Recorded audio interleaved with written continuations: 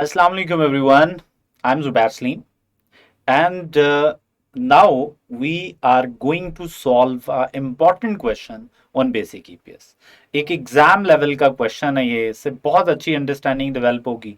सारे के सारे कॉन्सेप्ट्स मिलके जब पूछे जाएंगे तो बड़ी अच्छी सी एक अंडरस्टैंडिंग डेवलप हो जाएगी। Okay, so what is next now? Requirement को बड़े गौर से पढ़ना है आपने। रिक्वायरमेंट है बच्चों, कैलकुलेट। क्या कह रहा है भाईजान? कह रहे calculate basic earning per share for inclusion in H T else financial statements.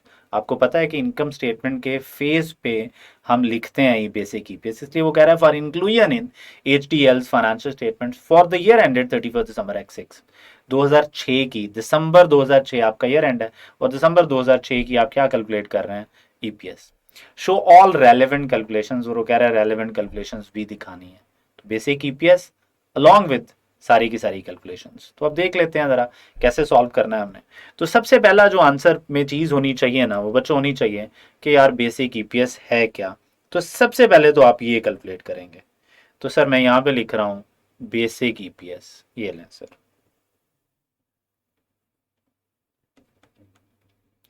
अब ये बेसिक ईपीएस का फॉर्मूला आपको पता है, फॉर्मूला लिखना है लिख लें, डायरेक्ट अप्लाई करना है अप्लाई कर दें। तो ये जी। अब इसमें बच्चों दो चीजें होती हैं। हमें पता है ऊपर लेना है हमने profits available to ordinary share holders. तो मैंने एक छोटी सी वर्किंग बनाई विच इज वर्किंग वन। यहाँ पे बना लेते हैं वर्किंग वन। तो working one is profit available to ordinary share holders. ये लें जी, profit available to ordinary share holders.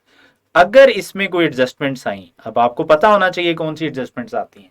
नहीं याद ना, दिस इज रॉन्ग, याद होनी चाहिए। क्या था? पैट कंटिन्यूड वाला minus cumulative dividends on preference shares, आने ही आने। नॉन क्यूमुलेटिव पे डिविडेंड इफ डिक्लेयर्ड है, ऑर्डिनरी डिविडेंड माइनस नहीं करते, प्रेफरेंस शेयर्स के ऊपर डिविडेंड जो लायबिलिटी है वो भी माइनस नहीं करते। Good. Profit to ordinary share holders, मुझे नहीं पता कि क्या स्टोरी है। इसके बाद क्या करना है आप लोगों ने, आपको पता है दूसरी वर्किंग चाहिए आपको, वर्किंग टू। तो वर्किंग टू मैं यहाँ पे ओपन कर लेता हूँ। वर्किंग टू मुझे चाहिए weighted average number of shares की। तो weighted average number of shares भी अब इतना ज़्यादा, weighted average number of shares, ये वर्किंग आ गई। तो सर इसमें क्या करना है आप लोगों ने, सिंपल करें, ज़्यादा फनकारी लगाने की ज़रूरत नहीं है। नंबर ऑफ शेयर्स लिख लें, ये लें जी, ये नंबर ऑफ शेयर्स आ गए। फिर क्या लिखें? मंथ पोर्शन कर लें, मंथ पोर्शन, मंथ पोर्शन हो गया। आगे क्या करना? फ्रैक्शन सारे के सारे क्वेश्चन में जितने भी फ्रैक्शन होंगे वो सारे इकट्ठे आएंगे। अब right issue, bonus issue, split, जो भी है वो इकट्ठा आ जाएगा। लहदा लहदा हेड्स बनाने की क्या जरूरत है, बड़े हो गए अब हम लोग। सर एक ही दफा में पहले क्वेश्चन पे ही बड़े हो गए। Yes, you are right. पर शेर हो तुम लोग मेरे, आम लोग नहीं हो। So guys, what is next? Let's understand the question. The following information pertains to the financial statements of Home Dynamics Limited, which is HDL, a listed company for the year ended 31st December 2006. Profit for after tax given है, continued operations given है, yes, I'm going to use continued profit का use करूंगा। discontinued के लिए भी अलहदा से calculate कर देंगे, अलहदा से। Share holders equity as on 1st Jan 2006 comprised of, share holders की इक्विटी में क्या क्या है, इंपॉर्टेंट है। शेयर होल्डर्स की इक्विटी में प्रेफरेंस शेयर्स भी हो सकते हैं, तो प्रॉफिट की अवेलेबिलिटी का मसला बन जाएगा। अगर इक्विटी में प्रेफरेंस शेयर्स भी हैं तो थोड़ा सा प्रॉफिटेबिलिटी के इश्यूज आ जाते हैं। अब क्या करना, लेट्स अंडरस्टैंड। वो कह रहा है 10 million ordinary shares, 1st Jan मतलब साल का स्टार्ट है। 1st Jan पे वो कह रहा है कि आपके पास 10 मिलियन क्या है जी, 10 million ordinary shares of 10 rupees each है। अच्छा, मुझे शेयर्स चाहिए होते हैं समटाइम्स ना, चालाकी से वो शेयर कैपिटल दे देता है, फिर वो मुझे पार वैल्यू से डिवाइड करना पड़ेगा। 10 मिलियन ऑर्डिनरी शेयर्स हैं हैविंग मार्केट वैल्यू ऑफ 25। उस दिन मार्केट वैल्यू जो भी चल रही हो, मेरा तो ताल्लुक नहीं है, मेरा ताल्लुक 10 मिलियन ऑर्डिनरी शेयर्स है। तो मुझे पता चल गया कि साल के शुरू में यानी 1st Jan पे मेरे पास जो नंबर ऑफ शेयर्स हैं मेरे बच्चों, वो कितने हैं? कितने नंबर ऑफ शेयर्स हैं sir? Sir 10 million number of shares हैं। तो अगर हम लोग कैलकुलेशंस कर लें, यानी कि हम कैलकुलेशन थोड़ी सी देखें, तो 10 मिलियन पूरा ही लिख लेते हैं। फिर क्या है पंगे में पड़ना? फिर आप लोग कहेंगे सर पूरी वैल्यूज नहीं लिखते आप, ये लें सर 10 मिलियन पूरा लिख लेते हैं। Fair enough. अब ये मुझे पता चल गया, मैंने लिख लिया। 4% cumulative cumulative cumulative, 4% cumulative cumulative cumulative. मैं क्यों बोल रहा हूं क्यूमुलेटिव? मैं क्यूमुलेटिव बोल रहा हूं, आप नहीं बोलेंगे क्यूमुलेटिव, आप कहेंगे, मैं बोलूंगा 4 मिलियन क्यूमुलेटिव क्यूमुलेटिव क्यूमुलेटिव, आप बोलेंगे लेस कराने, लेस कराना, डिविडेंड लेस कराना है, लेस कराना, ऑलवेज लेस कराना। Important. Preference shares of ₹10 each, 4 million cumulative preference shares हैं, नंबर्स हैं, पार वैल्यू है 10 और डिविडेंड है 10%। ये माइनस करवाना ही करवाना है।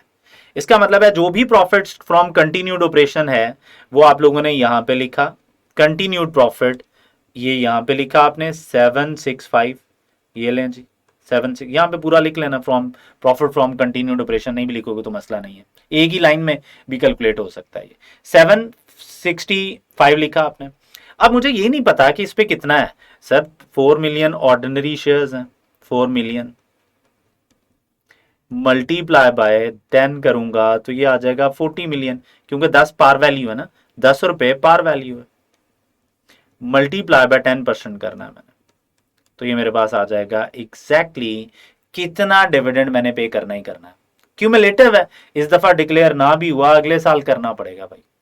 और ये इक्विटी का पार्ट है, लायबिलिटी का होता तो फिर भी माइनस ना करता, इक्विटी का पार्ट है तो ये have to deduct this from the profit जो अवेलेबल है। बिल्कुल ठीक बात है सर, कोई प्रॉब्लम नहीं है सर, हमें कोई मसला नहीं है, बिल्कुल लेस कराना चाहिए हमें, करा दिया सर लेस। जितनी अमाउंट आएगी यहां से आपने माइनस कर देनी है, यहां से। सर कितनी अमाउंट आ रही है सर? 40 मिलियन का 10% वुड बी एग्जैक्टली 4 मिलियन। दोबारा 10 से मल्टीप्लाई किया है, डिवाइडेड बाय 10% करोगे, मल्टीप्लाई बाय, तो 4 मिलियन बनेगा। तो 765 मिलियन था आपके पास, ये था, आप इसमें से कितना, 40 का 10% 4 मिलियन ही बनता है, बिल्कुल जी 4 मिलियन ही बनता है, तो आप इसमें से 4 मिलियन डिविडेंड माइनस कराएंगे ही कराएंगे। ये लें सर, माइनस करा दिया मैंने, बिल्कुल ठीक है सर, समझ लग गई सर। 4 मिलियन आपने माइनस कराया, क्यों माइनस कराया पता चल गया जी सर, क्यूमुलेटिव का डिविडेंड है। ओके सर आगे। On 31 March HDL announce 40% right issue. अब 31 मार्च पे राइट इशू हुआ है, डेट्स बड़ी मैटर करती हैं बच्चों, डेट्स बहुत मैटर करती हैं। सो 31 मार्च 2006 में HDL announces 40% right issue. Sir 40% right issue हुआ है sir to its ordinary share holders, to its ordinary share holders of ₹5। अब राइट इशू में मुझे कैलकुलेट करनी होती है, फ्रैक्शन कैलकुलेट करना होता है, आप सबको पता है sir, I we need to calculate fraction. Sir formula याद करना चाहिए, फॉर्मूला बताओ जरा, बताओ ना फॉर्मूला, क्या फॉर्मूला होता है? नहीं याद, ये तो हालात है तुम लोगों के। सर राइट इशू में एक फ्रैक्शन निकालना होता है और उस फ्रैक्शन का फॉर्मूला होता है, और अगर वो आपको फॉर्मूला याद नहीं तो फिर हालात खराब है, फिर हालात क्या है? खराब। तो सर हमें बता दें सर, हम तो परेशान हो गए हैं सर, क्या फॉर्मूला है सर?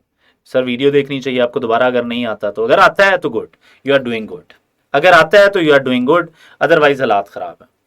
तो ले ये प्रॉफिट की कोई और आगे एडजस्टमेंट नहीं है, मैं जो पता है तो मैं इसको फाइनल कर रहा हूँ। अब मुझे चाहिए राइट इशू का फ्रैक्शन, तो बड़ा आसान था सर, 25 पे आप एक राइट इशू दे रहे हैं पर share. The entitlement date of right issue was 31st May 6, 31st March पे entitlement, the market price of share immediately before the announcement date and the entitlement date was 28 and 32 respectively. Sir अब एक और मसला आ गया कि sir आपको 32 लेनी चाहिए या आपको लेनी चाहिए 28। अब आपको क्या लग रहा है, उसको उनको राइट इशू मिलना है 31 मार्च पे, आपने जिस दिन उनकी इंटाइटलमेंट हुई है, ठीक है, लेकिन वो क्या कह रहा है, the market price per share immediately before the announcement date and entitlement was 20 and, और अनाउंसमेंट जिस दिन भी आपने की है वो कह रहा है अनाउंसमेंट डेट पे 28 थी, तो अनाउंसमेंट डेट इंपॉर्टेंट है या entitlement date? Obviously entitlement date important. तो भाई जिस दिन इंटाइटल हुआ उसी दिन तो राइट इशू की स्टोरी शुरू होनी है। तो समटाइम्स ना इसको वो लोग कहते हैं कि जिस दिन एक्स हुआ है, जिस दिन एक्स होना था ना उस दिन से एक दिन पहले, एक्स राइट प्राइस भी बोलते हैं इसको, क्या बोलते हैं? एक्स राइट प्राइस कैलकुलेट कर रहे हैं ना, थ्योरेटिकल एक्स राइट प्राइस। अब आप कह रहे होंगे सर क्या, मुझे तो नहीं पता चल रहा है क्या बोल रहे हैं आप, यार कमाल करते हो पांडे जी, कमाल ही करते हो आप। जरा देखें इधर, मैं अब कैलकुलेट कर देता हूं इससे पहले कि आप लोग रोना शुरू कर दें, और जरा मैं बाद में समझाऊं, इसलिए बेहतर है मैं अभी समझा देता हूं। देखें थ्योरेटिकल फॉर्मूला क्या होता है राइट फ्रैक्शन का? राइट फ्रैक्शन का फॉर्मूला होता है, आपने market value before right issue लेना है, market value before right issue. ये जो market value before right issue होनी चाहिए, ये इंटाइटलमेंट से पहले की डेट होनी चाहिए या अनाउंसमेंट से पहले की होनी चाहिए, हम ये बात कर रहे हैं। डिवाइडेड बाय आपने क्या करना होता है, theoretical x right price, divided by theoretical x right price.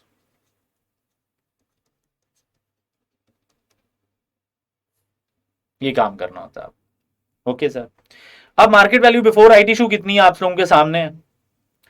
32 है, मुझे पता चल गई है। 28 भी गिवन है, तो याद रखें कि क्या यूज करनी होती है, इंटाइटलमेंट डेट।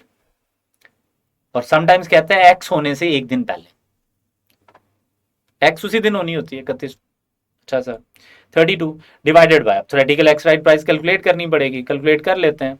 सर 25 का आप शेयर इशू कर रहे हैं, 32 थे उनके पास प्राइस थी पहले, 28 इररिलेवेंट है। अच्छा जी, कर क्या रहे हैं आप लोग, 40% राइट इशू कर रहे हैं। सर 40% का मतलब क्या है सर? कोई मसला नहीं है, 40% से भी कोई प्रॉब्लम नहीं है हमें।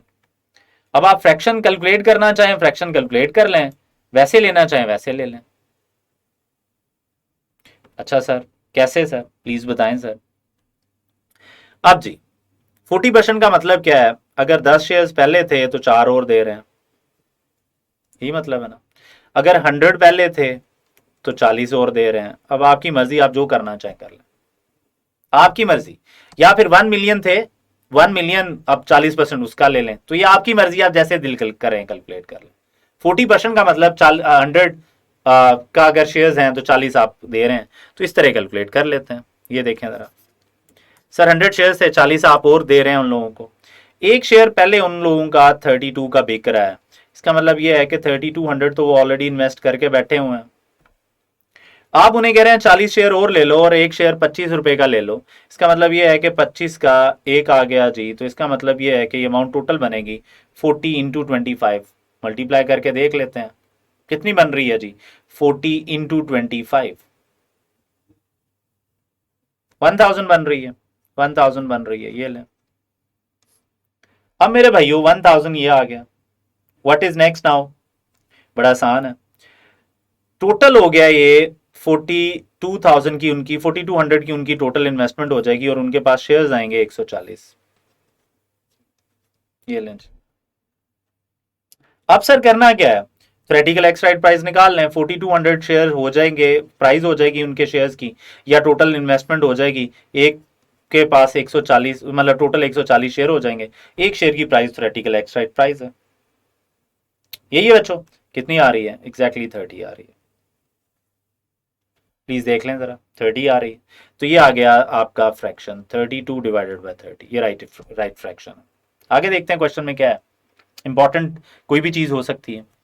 On 2 August 2006 HDL announce 20% bonus issue, लें जी बोनस इशू आ गया है 20%। The entitlement date of bonus share was 31 August. हाँ जी, अभी सीखा, अनाउंसमेंट डेट इंपॉर्टेंट है, इंटाइटलमेंट डेट इंपॉर्टेंट है, अभी थोड़ी देर पहले सीखा था।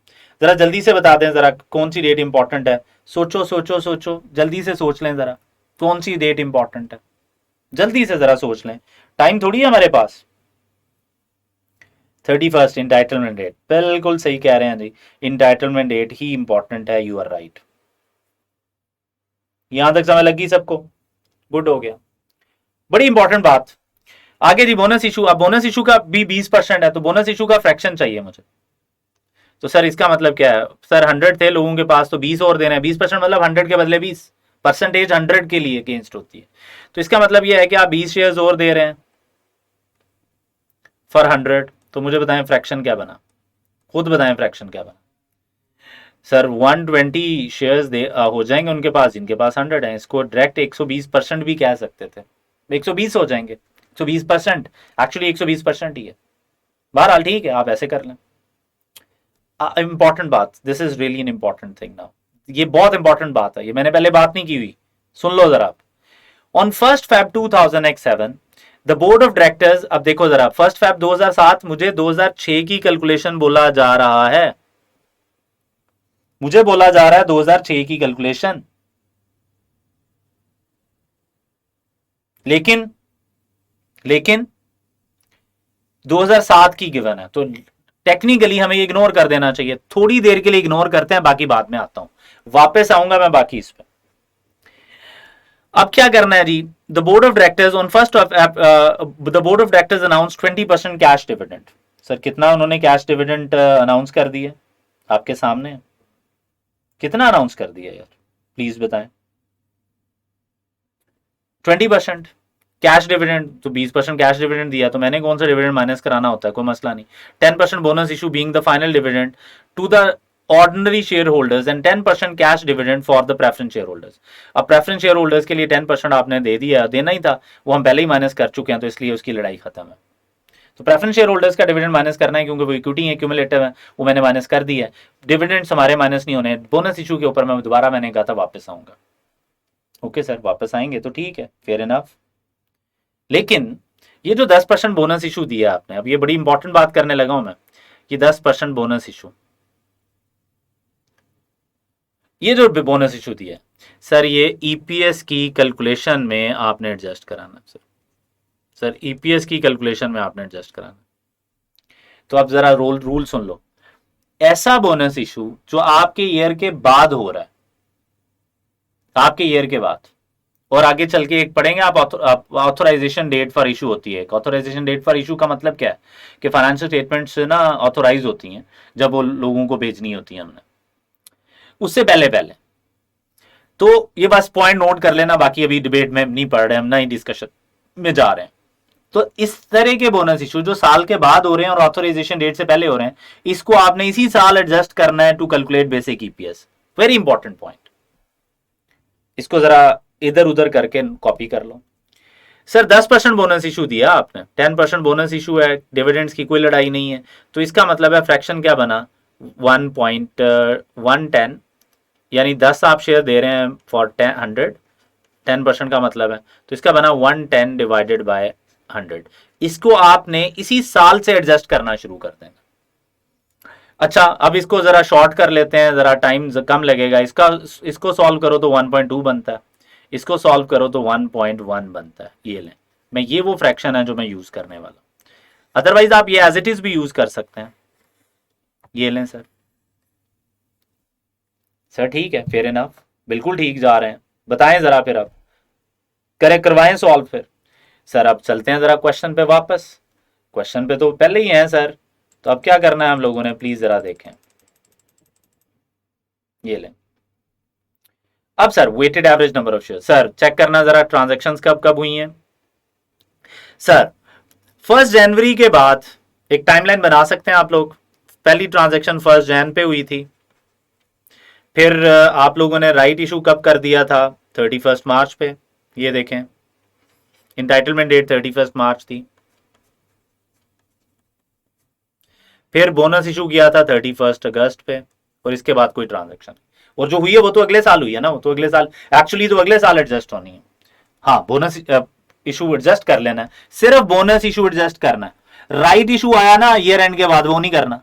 ये भी एक अजीब सी कहानी है, लेकिन है, याद रखना। ओके सर, याद रख लेंगे, इतने जज्बाती हो गए आप तो, यही सोच रहे हो, ठीक है, सही सोच रहे हो। अब मंथ्स आउटस्टैंडिंग सर, 1 जन से 31 मार्च, 3 मंथ्स, 3 मंथ्स के लिए आउटस्टैंडिंग है यार। प्लीज देखें जरा, क्या ये बात क्लियर है? क्या ये 3 मंथ्स के लिए ही आउटस्टैंड होना चाहिए, या कोई और डेट है, या कोई और डेट है? मुझे बताएं जरा, मैं सुनना चाह रहा हूं तुम लोगों से, मैं सुनना चाह रहा हूं। आप कहेंगे सर शायद यही आप कह रहे हैं, तो कमाल करते हो यार। दोबारा देखो, 31 मार्च पे उसने अनाउंस किया है, 31 मई पे इंटाइटलमेंट डेट थी, and the important is entitlement date. इसका मतलब ये है कि मार्च नहीं है, ये जानबूझ के मैंने लिखा है ताकि गलती ना हो। तो 31 मई यहां पे आनी है, इंटाइटलमेंट डेट पे रहना है। Announcement date is not an important date. Okay sir, फिर सर आप ये इसको तो गलत कर दिया आपने। चले मान लेते हैं गलत कर दिया जी, समझ लो। अब मुझे बताएं, 5/12 कर दिया मैंने, 5/12 ये लें। अब सर फ्रैक्शंस, क्वेश्चन में कितने फ्रैक्शन चल रहे हैं? 3 फ्रैक्शन चल रहे हैं क्वेश्चन में। पहला फ्रैक्शन ये बोनस इशू, दूसरा अगले साल का बोनस इशू, तीसरा राइट फ्रैक्शन। तो ये तीनों फ्रैक्शन से मल्टीप्लाई करते हैं और जरा देखते हैं कि करना क्या। जी सर, कहानी क्या है सर, प्लीज बताएं सर। सर फ्रैक्शन है 32 डिवाइडेड बाय 30, ये लें सर 1.2 आ गया ये वाला, 1.2 से मल्टीप्लाई करें आप 1.2 से, या 100/120 डिवाइडेड बाय 100 एक ही बात है, या फिर ये 110 डिवाइडेड बाय 100 या 1.10, ये लें sir. Sir weighted average number of shares आ जाएंगे। थोड़ा सा बेहतर कर लेते हैं इसको, ये लिखें जरा क्या करना है हम लोगों ने, थोड़ा सा इसको इधर लेके आते हैं, ये लें जी मेरे करीब जरा। Weighted average number of shares कितने आ रहे हैं सर, कैलकुलेटर पे कैलकुलेट करें जरा और बताएं मुझे वैल्यू क्या आ रही है जल्दी से, हम वेटिंग। क्या बात है यार शहजाद, 586 वेटेड एवरेज आ रहे हैं, 586 667, ये लें सर, ये वैल्यू आ रही है सर, ये लें। अब 31 मई पे क्या हुआ है, 31 मई पे राइट इशू हुआ है। अब आपको पता है राइट इशू जब खुद आ जाएगा तो फिर राइट इशू की कोई ज़रूरत नहीं रहेगी। तो राइट फ्रैक्शन क्या है 40%, तो 40% ले लें, 1 मिलियन है तो 10 मिलियन है सॉरी, तो 4 मिलियन और इशू हो गए, ये लें सर, फिर यश ही करें, क्या किया जा सकता है, ये लें। टोटल कर लेना, टोटल करना भूल जाते हैं आप लोग क्वेश्चंस में। ओके सर फाइन कर लेंगे टोटल सर। अब कितना आ रहा है जी, अब आ गया है 14 मिलियन, ये लें सर 14 मिलियन। अब सर 14 मिलियन अगली ट्रांजैक्शन हुई है 31 अगस्त पे, मई जून जुलाई अगस्त, 31 अगस्त है 3 माह, तो 3 मंथ्स ये रहेंगे। कौन सा फ्रैक्शन की जरूरत नहीं है, कौन से फ्रैक्शन की जरूरत नहीं है, ऑब्वियसली ये वाला फ्रैक्शन खत्म, 32/30 राइट इशू था वो खत्म, बोनस इशू भाई अभी आए नहीं है, तो बोनस इशू वाले भाई एक ने तो आना ही नहीं है, अगले साल ही आना है, अगले साल ही एडजस्ट हो गया तो ये आ गया। इसको कैलकुलेट कर लें जरा, कैलकुलेट कर लें प्लीज कैलकुलेटर पर। वैल्यू आ रही है 4620.000, ये लें सर, ये आपके पास आ रही है जी। अब मेरे बच्चों नेक्स्ट क्या करना है, ये क्वेश्चन है, नेक्स्ट क्या करूं, क्या कर लूं नेक्स्ट, सर नेक्स्ट क्या करना है, जब अनाउंसमेंट हुई है 31 अगस्त तक, तो वो 31 अगस्त पे एडजस्ट करें, तो 31 अगस्त पे एडजस्ट करना है मैंने। 31 अगस्त पे क्या करना है हम लोगों ने, लें जी 20% बोनस इशू था, यस इट वाज 20%, 20% ले लें इसका, 2.8 मिलियन बनेगा, 2.8 मिलियन ये बोनस इशू आ गया sir. Sir total number of shares कितने हो गए प्लीज जरा देख लें, टोटल नंबर ऑफ शेयर्स हो गए हैं आपके पास 16,800,000, ये लें। कितने मंथ सर, 31 अगस्त के बाद तो कुछ नहीं ना हुआ, ईयर खत्म हो गया, सो सितंबर अक्टूबर नवंबर दिसंबर 4 माह, तो 4 माह मेरे बच्चों 4/12 ये करना है आप लोगों ने, ये लें सर, ये जरूर फ्रैक्शन पहले ही खत्म हो गया, ये वाला भी खत्म हो गया, ये वाला अभी भी चल रहा है, ये भाईजान चलते रहेंगे साल के एंड तक, साल का एंड हो गया खत्म, अगले साल एक्चुअली एडजस्ट भी हो जाएगा। अब मुझे बताएं कि क्या करना है हम लोगों ने जी सर, 1.16.8 मिलियन इंटू 4/12 इंटू 1.10 जब आप करेंगे तो it will give you exactly 6,160,000, ये आ रहा है जी आपके पास। टोटल जो weighted average number of shares आ रहे हैं ये कितने आ रहे हैं, 16,646,667, ये लें जी, ये आपके पास आ गए weighted average number of shares. क्या करना है guys, we know that profit available हमारे पास यहां से निकल आएगा, 765 मिलियन में से 4 मिलियन माइनस किया आपने, कितना माइनस कराया 4 मिलियन, तो 4 मिलियन माइनस कर देते हैं सर, और ये अमाउंट आ जाएगी 461 आ जाएगी, ये 761 आ जाएगी यार, ये लें 761,000,000, तो 761 मिलियन आ गया मेरे बच्चों, 761 मिलियन ये आपके पास आ गया earnings available to ordinary share holders, divided by आपने करना है basic weighted average number of shares, जो बहुत ही अच्छे तरीके से आपने कैलकुलेट किए, बहुत चीजें सीखी आपने, ये आ गया जी 16,646 एंड 667, लें सर ये कहानी थी सर। सर जब ये कहानी आप लोगों को समझ आ गई है तो व्हाट इज नेक्स्ट नाउ, अब ये अंडरस्टैंड कर लेते हैं। तो सर आपके पास वैल्यू आ रही है, जो पर शेयर आ रही है वो है 45 रुपीज पर 0.71, ये कैलकुलेशन जरा हुई थी मेरे पास, ज़रा टाइम बचाने के लिए पर शेयर। ये लें सर, आई होप सारी कैलकुलेशंस ठीक हैं। अगर कोई कैलकुलेशन गलत हुई तो मुझे मैसेज लाजमी करना व्हाट्सएप पे। Thank you so much. ये था एक क्वेश्चन फ्रॉम कंटिन्यूड ऑपरेशन, तो आप लोगों ने कर दिया। आपको भाई बता दे डिसकंटिन्यूड भी करूं या रहने दूं, जल्दी बता दें ज़रा। सर आंसर है करें, बस उसको इंपॉर्टेंस चाहे उतनी ना दें, लेकिन you have to calculate discontinued operation as well. तो डिसकंटिन्यूड ऑपरेशन भी कैलकुलेट कर लेते हैं। ये लें सर, फ्रॉम डिसकंटिन्यूड ऑपरेशन।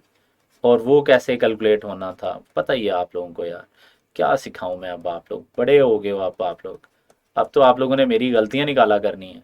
वो divided by number of shares, वही ऊपर वाले हैं 16.646667। तो ये जो ईपीएस आ रही है, मेरा ख्याल है ये आ रही है 9.31, तो ₹9.31 पर शेयर। ये लें सर। सर ये आपका मेन आंसर था। ये आपका पहला पहला पेज होना चाहिए सर, ये पहला पेज। ये वर्किंग वन आपकी उसके बाद होनी चाहिए, उसके बाद वर्किंग टू। वर्किंग वन इसको कह लें, इसको कह लें, इसके अलावा थ्योरेटिकल एक्सट्रैक्ट प्राइस की एक वर्किंग देनी है तो दे दें। तो ये था आपका एक एग्जाम लेवल का ईपीएस का क्वेश्चन। और क्वेश्चंस करेंगे ऑब्वियसली, ढेर सारे क्वेश्चंस करेंगे, बट आपको कॉन्सेप्ट सारे क्लियर होने चाहिए। अभी के लिए इतना ही। Thank you so much. Next video से आप लोगों को मिल जाएंगे डायल्यूटेड ईपीएस, और फिर कुछ क्वेश्चंस मिल जाएंगे, और इससे डायल्यूटेड से पहले भी कुछ क्वेश्चंस मिल जाएंगे। Thank you so much, stay blessed, अल्लाह हाफिज़।